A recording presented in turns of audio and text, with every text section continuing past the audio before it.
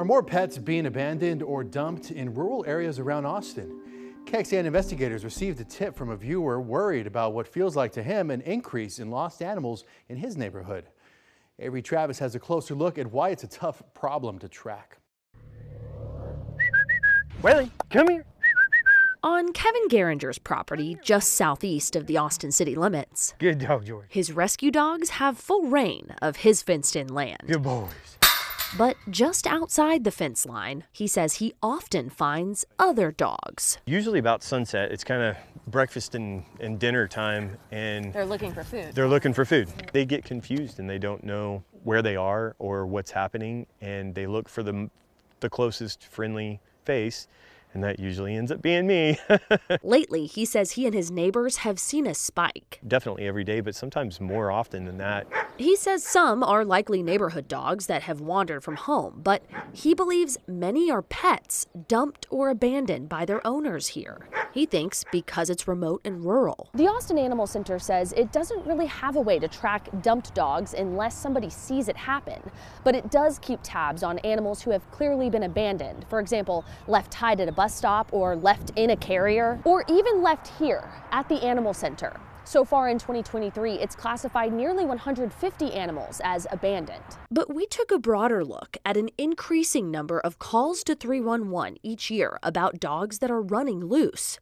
Going back to 2020, we found nearly 250 calls from Geringer's zip code. The neighboring zip codes each racked up more than 1,000 calls since then. One had more than 2,500.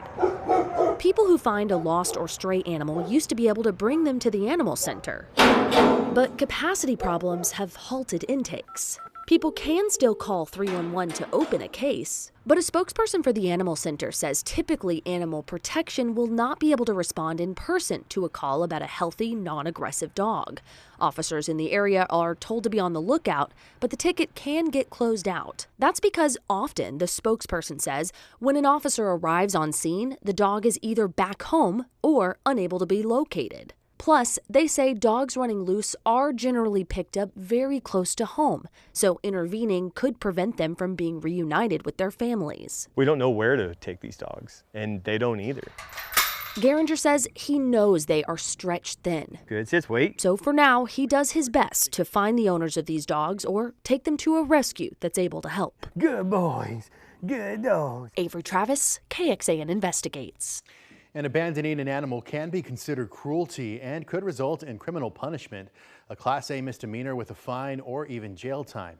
Now, these are complicated issues. A spokesperson for the Animal Center says the city has seen an increase in pet owners struggling to maintain financial and housing security, which is contributing to the overcrowding, both through surrenders and lower adoption rates.